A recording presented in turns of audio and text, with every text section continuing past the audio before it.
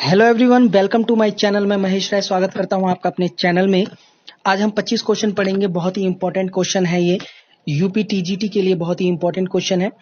और UP TGT का जो फॉर्म है वो 30 से 31 तारीख तक आ जाएगा। 31 तक ज़्यादा चांस है कि आ जाए।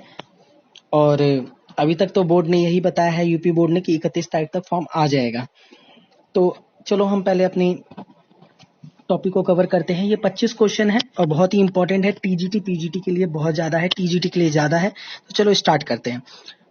पहला क्वेश्चन है, पंडित, थोड़ा आंसर लगता है आपको दिख गया। पंडित भारत खंडे द्वारा पहला संगीत सम्मेलन कहां आयोजित किया गया?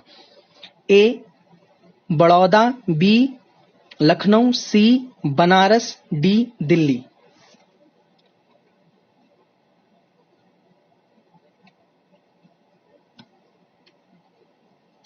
किनके द्वारा? भारत खंडे जी के द्वारा। तो आपका सही आंसर है ए बड़ौदा। ठीक है, सेकंड क्वेश्चन की ओर चलते हैं।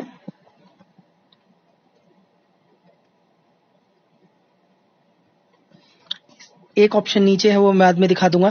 क्वेश्चन नंबर 2, मैकस तखलुस से किसके द्वारा अनेकों गजलों का निर्माण किया गया? ए गुलाम हसन, बी मेहंदी खान, सी अजमत हुसैन खां और डी बड़े गुलाम अली खां। तो बताइए आप।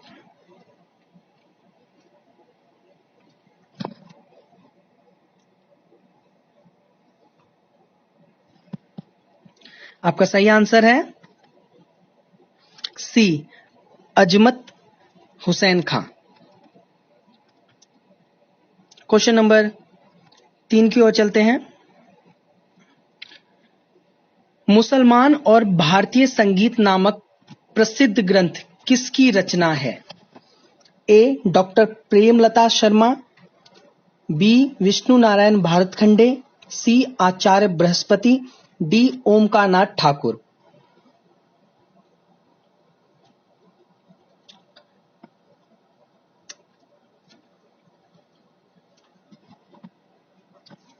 देख सकते हैं क्या है ये। मुसलमानों और भारतीय संगीत नामक प्रसिद्ध ग्रंथ किसका है? आंसर बताइए। सही आंसर है आपका सी आचार्य बृहस्पति। क्वेश्चन नंबर 4 की ओर चलते हैं। मैं आपको 10 सेकंड का सिर्फ टाइम दूंगा आंसर देने के लिए। संगीत राज ग्रंथ किस विद्वान द्वारा संपादित किया गया? A S M Tagore, B doctor Prabha Atre, C Mukund Lal या D doctor Premlata Sharma. Doctor Maharani Sharma और डॉक्टर जया शर्मा जो है, उन्होंने एक बहुत अच्छी बुक लिख रखी है, संगीत मणि, मणि के नाम से।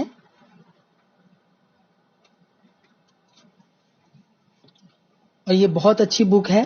और इसमें जैसे कॉन्सेप्ट जो इसमें दे रखा है वो ज्यादा तो नहीं दे रखा, लेकिन डीप दे रखा है।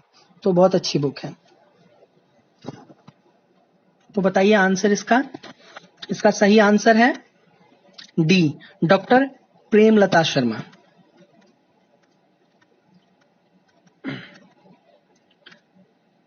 क्वेश्चन नंबर 5, पंडित विशंभर नाथ भट्ट द्वारा किस ग्रंथ का हिंदी अनुवाद किया गया?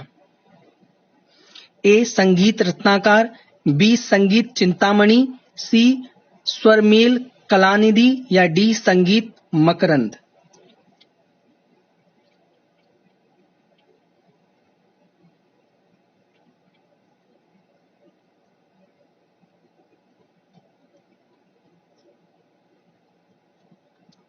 आपका सही आंसर है सी स्वरमेल कलानिधि। ठीक है, एक पंडित विशंभर नाथ भट्ट द्वारा किस ग्रंथ का हिंदी में अनुवाद किया गया था? तो स्वरमेल कलानिधि का किया गया था। क्वेश्चन नंबर 6 की ओर चलते हैं।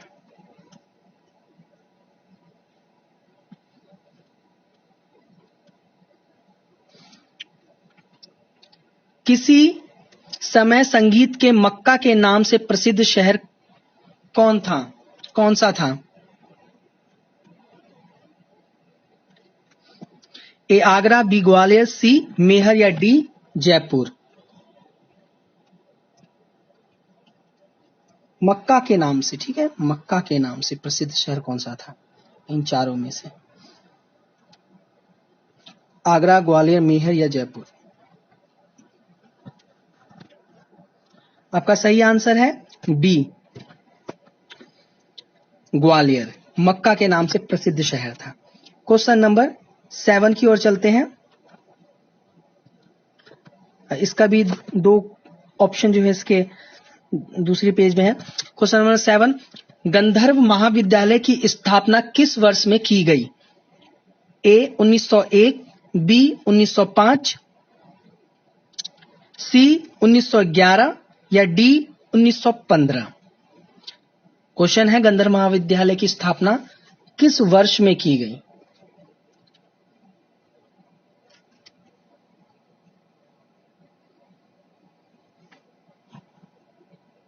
आपका सही आंसर है ए 1901 में की गई थी, लाहौर में, और सबसे पहले इनकी स्थापना हुई थी 5 मई 1901 में हुई थी। अब क्वेश्चन नंबर 8,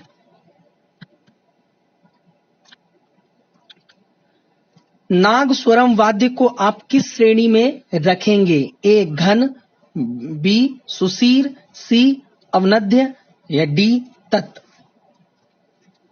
आपको थोड़ा सा मैं हिंट्स दे देता हूं। ये नागस्वरम जो है ये दक्षिण में गाया जाता है, ठीक है, या कर्नाटक पद्धति में गाया जाता है। सॉरी, कर्नाटक पद्धति का वाद्य है ये, ठीक है, वाद्य है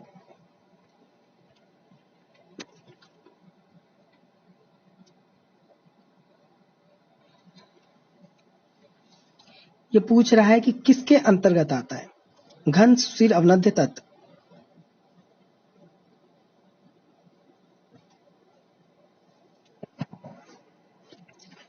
आपका सही आंसर है बी, ये सुशीर वाद्य के अंदर आता है और ये सहनाई की तरह ऐसे करके होता है, ठीक है, ये बहुत लंबा होता है ना, सहनाई की तरह ये इस तरीके से होता है और ये काफी लंबा होता है शादियों समय और मंदिरों में भी इसे बजाया जाता है। क्वेश्चन नंबर 9 की ओर चलते हैं। क्वेश्चन नंबर 9, जादूर लोक नृत्य कहां प्रचलित है? जादूर लोक नृत्य कहां प्रचलित है? ऑप्शन है आपके राजस्थान, उत्तर प्रदेश, बिहार या उत्तराखंड। जादूर, ठीक है,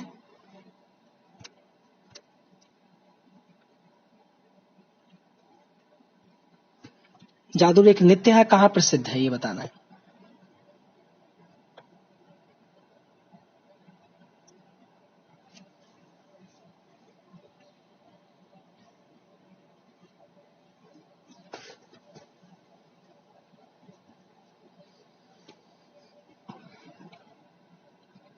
आपका सही आंसर है सी, बिहार में प्रसिद्ध है। ये जादूर लोक नृत्य जो है वो बिहार में प्रसिद्ध है। क्वेश्चन नंबर 10, इसको छोटा करना पड़ेगा थोड़ा, तो छोटा कर लेते हैं।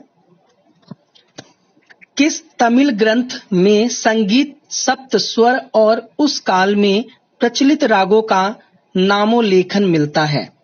ए शिल्पादिकरम, बी एथु थोक्सी की, सी मणि मैखले या डी जीवक चिंतामणि। ये थोड़ा सा अलग सा नाम है तो इसलिए पढ़ने में भी प्रॉब्लम हो रही है कि कर्नाटक की ओर से जो नाम भी होते हैं उनके ऐसे ऐसे नाम होते हैं जो बोलने में प्रॉब्लम होती है।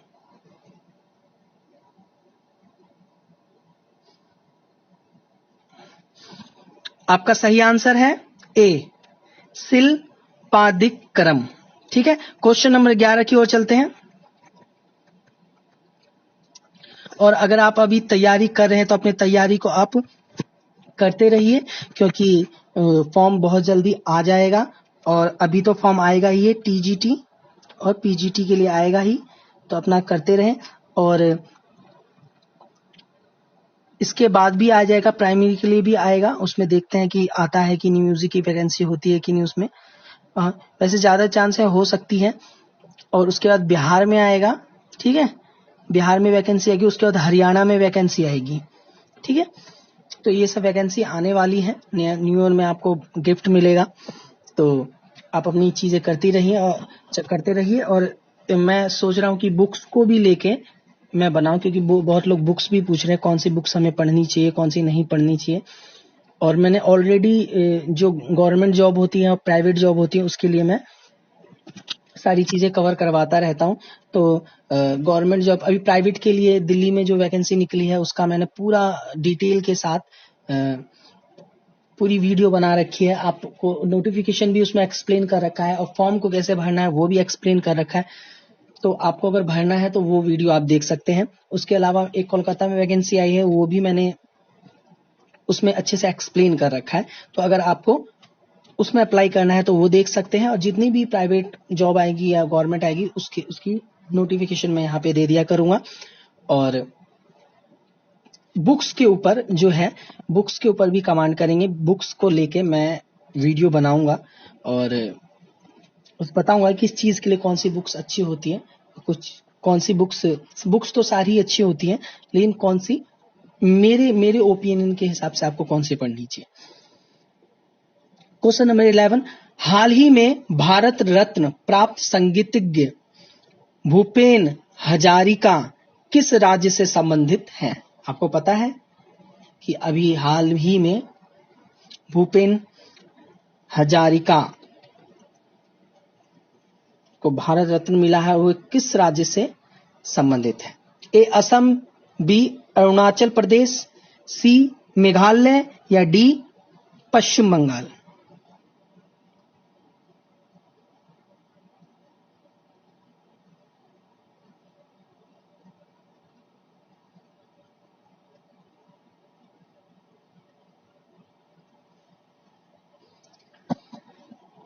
आपका सही आंसर है ए, असम।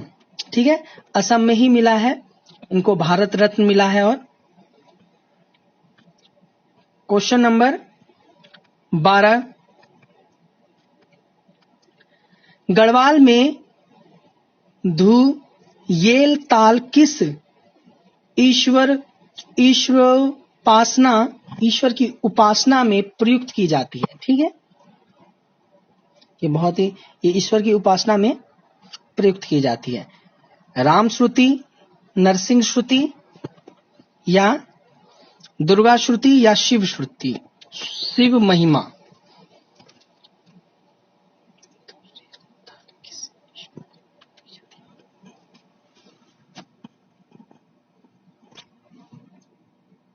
ऑप्शन फिर से एक बार बता देता हूं, राम श्रुति, नरसिंह श्रुति, शिव महिमा और दुर्गा श्रुति। ठीक है, दुर्गा श्रुति और शिव महिमा।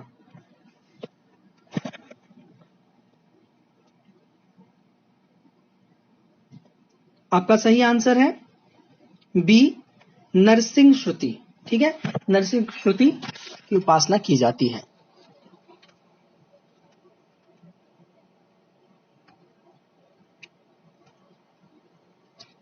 क्वेश्चन नंबर 13, किस स्वरलिपि में स्वरों के नीचे हलंत का प्रयोग किया जाता है? ए भारत खंडे स्वरलिपि, बी पलुस्कर लिपि, सी आकार मात्रिक स्वरलिपि या डी दक्षिण भारतीय स्वरलिपि।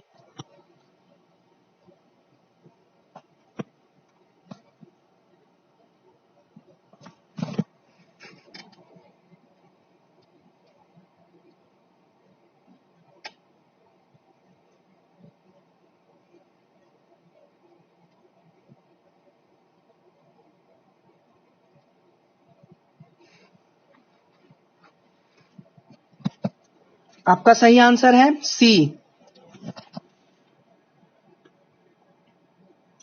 अकार मात्रिक स्वरलिपि में नीचे हलंत का प्रयोग किया जाता है। क्वेश्चन नंबर 14, किस शास्त्रीय नृत्य में 9 रसों को भावों द्वारा प्रदर्शित किया जाता है? किस भारतीय नृत्य में 9 रसों को भावों द्वारा प्रदर्शित किया जाता है? कथकली आपकी ऑप्शन है, मैं दिखा देता हूं, ये देख सकते हैं आप। कथकली, बी उड़ीसा, सी भरतनाट्यम या डी मोहिनीअट्टम। क्वेश्चन देख सकते हैं, किस भारतीय नृत्य में 9 रसों को भावों द्वारा प्रदर्शित किया जाता है? 9 रसों को शास्त्रीय संगीत में उसमें प्रदर्शित किया जाता है। आपके ऑप्शन ये है।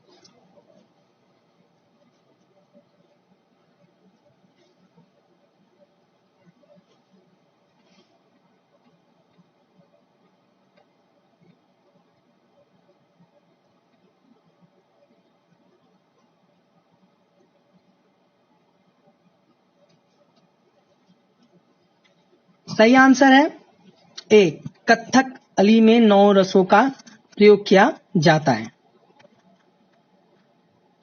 क्वेश्चन नंबर 15, नवसिंध ताल का प्रयोग किस संगीत पद्धति में प्रचलित है? ए दक्षिण भारतीय संगीत पद्धति, बी उत्तर भारतीय संगीत पद्धति या सी रविंद्र संगीत या डी नजरूल संगीत।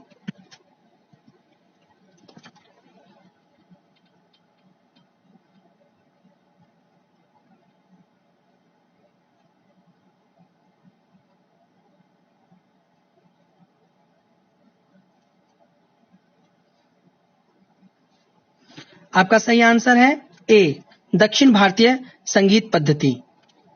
आगे चलते हैं।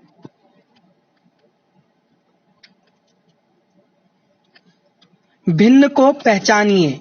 ए शुद्धा, बी भिन्ना, सी गौड़ी या डी पृथुला।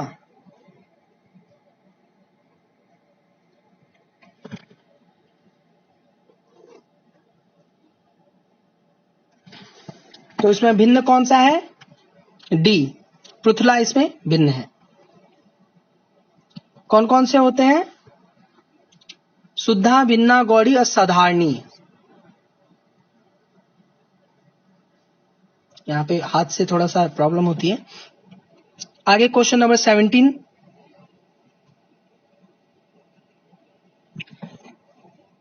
भारत खंडे जी द्वारा आधुनिक श्रुति स्वर विभाजन में कोमल नी को किस श्रुति पर स्थापित किया गया है?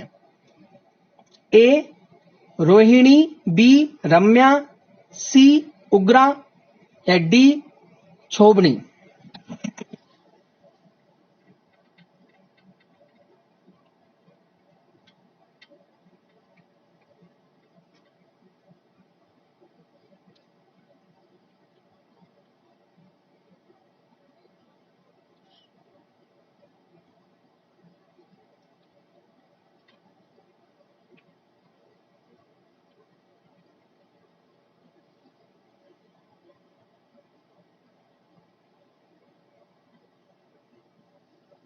जो श्रुति सिलेबस में दिया हुआ है, अब देखना, श्रुति दिया हुआ है तो ऐसे ही पूछा जाएगा कि आधुनिक में कोमलनी कौन से श्रुति पर है, पंचम की श्रुति पर है, देवत कौन सी श्रुति पर है, प्राचीन काल की श्रुति व्यवस्था पर कौन सी श्रुति पे पड़ेगा कोमलनी। तो इस तरीके से पूछा जाएगा। तो इसका सही आंसर है बी रम्या।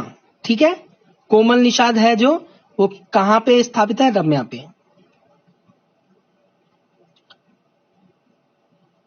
क्वेश्चन नंबर 18, दिल्ली घराने के प्रवर्तक का नाम पहचानिए। ए पंडित जसराज, बी भवानी सिंह, सी मणिराम या डी उस्ताद सिद्धेश्वर खां, सिद्धार खां। कहीं कहीं पे टूटी भी होती है।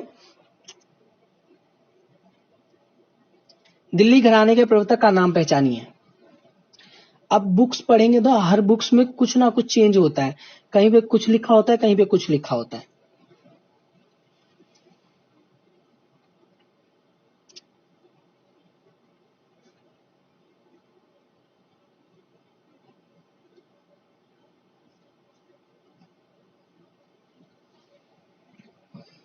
आपका सही आंसर है डी, उस्ताद सिद्धार्थ खान। ठीक है, क्वेश्चन नंबर 19, कुंज रास का वर्णन किस नृत्य में किया जाता है? ए उड़ीसा, बी मणिपुरी, सी कुचिपुड़ी या डी कथकली।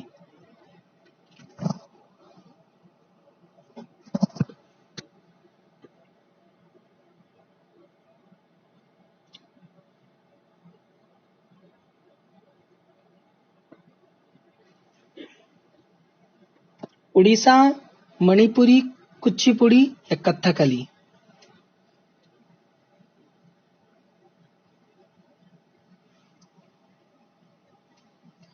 आपका सही आंसर है बी, मणिपुरी में किया जाता है।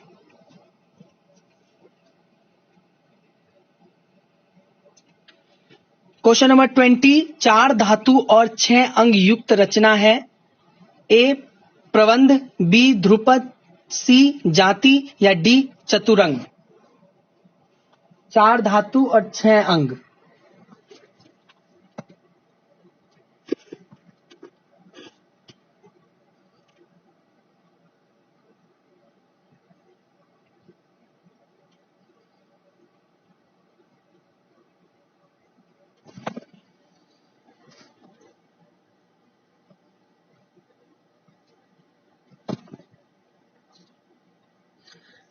आपका सही आंसर है ए प्रबंध।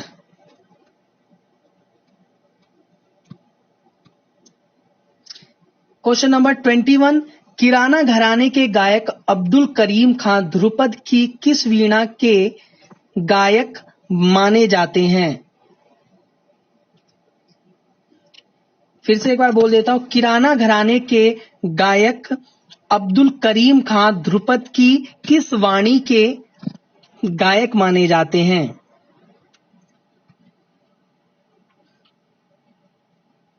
इसका तो आंसर दिख गया आपको, कोई बात नहीं।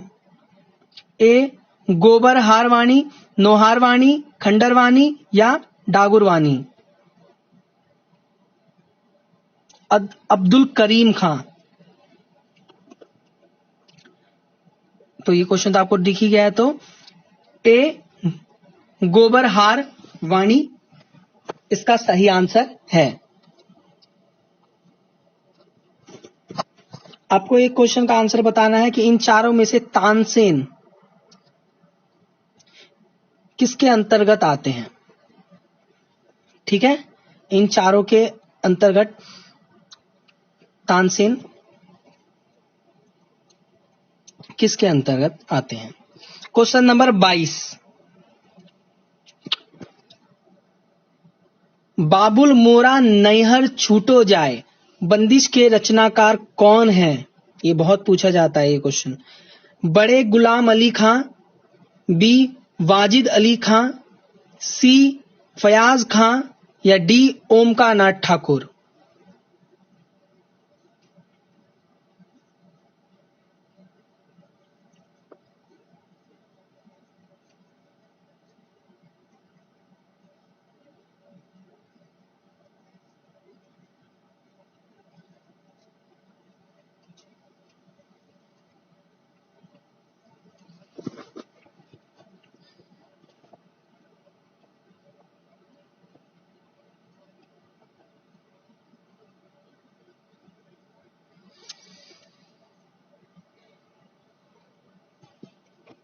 आपका सही आंसर है बी वाजिद अली खां।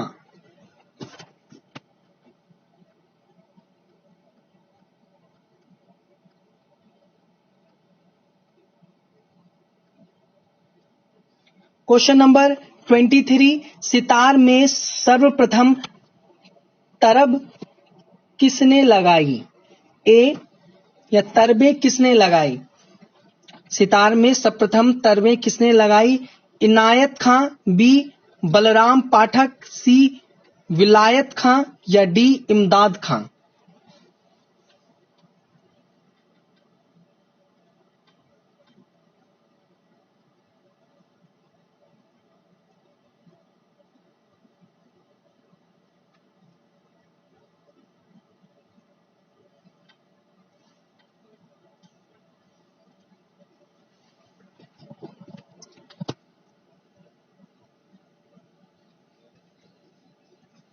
आपका सही आंसर है डी, इमदाद खां ने लगाई थी।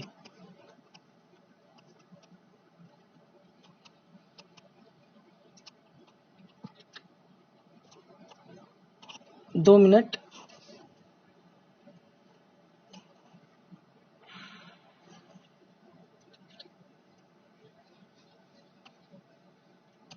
केसरबाई केरकर किस घराने से संबंधित है? 24वां क्वेश्चन है ये। ए ग्वालियर, बी आगरा, सी लखनऊ या डी जयपुर? केसरबाई केरकर।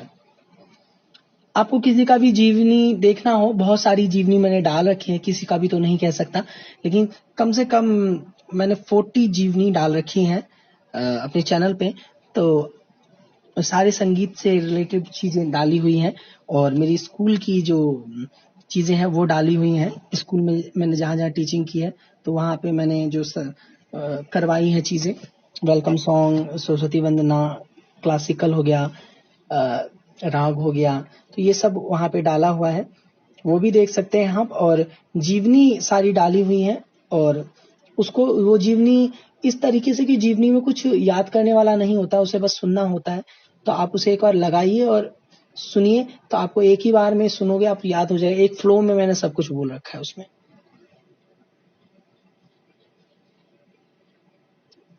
चलो इसका आंसर बताइए आप। केसरबाई केरकर किस घराने से संबंधित है? ग्वालियर, आगरा, लखनऊ या जयपुर?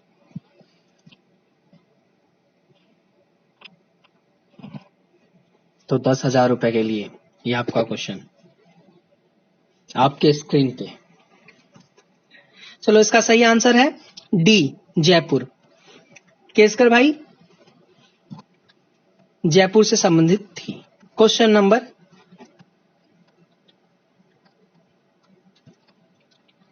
25। देव गंधार राग किस ठाट का राग है? ए खमाज, बी बिलावल, सी आसावरी या डी तोड़ी? देव गंधार।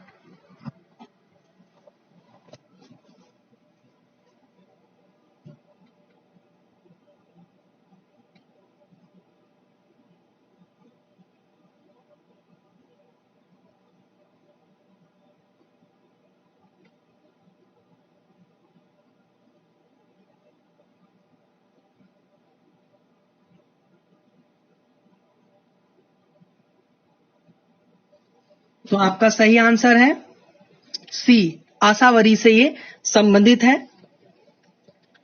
तो ये थे हमारे 25 क्वेश्चन जो बहुत इंपॉर्टेंट थे। और आपके भी कुछ क्वेश्चन हो तो मुझे बता देना, जो भी आपका क्वेश्चन हो वो आप मुझे बता सकते हैं। और हमारा टेलीग्राम है,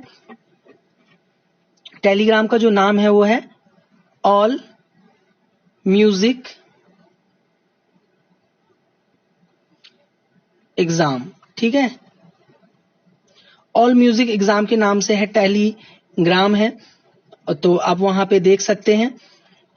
टेलीग्राम पे जाएंगे, ऑल म्यूजिक एग्जाम लिखेंगे तो मेरा आ जाएगा। वहां पे मैंने तबला जो पोस्टर है, तबला और सितार डाल रखा है, तो देख लेना। और मेरे चैनल का नाम है सिंगर महेश राय, वो मैंने ऐसे ही ऑल म्यूजिक एग्जाम नाम रख दिया है। और यही चीज है बाकी। और जब भी जो भी अपडेट आती रहेगी वो मैं आपको देता रहूं। कोई भी क्वेश्चन हो आप कमेंट करके पूछ सकते हैं और टेलीग्राम पे पूछ सकते हैं। आपको कोई भी प्रॉब्लम हो तो वहां पे पूछ सकते हैं। बाकी जो भी जॉब से रिलेटेड जो भी चीज होगी, जो भी अपडेट आती रहेगी, वो सारी मैं आप तक पहुंचा दिया करूंगा। तो थैंक यू एवरीवन। मुझे उम्मीद है आपको अच्छा लग रहा है। मेरी ये छोटी सी कोशिश है और आप सबकी हेल्प हो पाए, इससे मेरा भी रिवीजन हो रहा है। तो थैंक यू एवरीवन। और चैनल को सब्सक्राइब, लाइक, बेल आइकन जरूर दबा देना और सब्सक्राइब जरूर कर देना। और जिनको जो भी शास्त्रीय संगीत का टीजीटी के लिए, पीजीटी के लिए, जो म्यूजिक टीचर के लिए अप्लाई कर रहे हैं, तो उन तक ये वीडियो पहुंचाइए, और ताकि उनकी कुछ ना कुछ हेल्प हो पाए, क्योंकि कुछ ना कुछ हर चैनल से हेल्प होता है, तो उनकी थोड़ी सी हेल्प हो जाएगी, वही मेरे लिए बहुत बड़ी बात होगी। तो थैंक यू एवरीवन, आज के लिए इतना ही।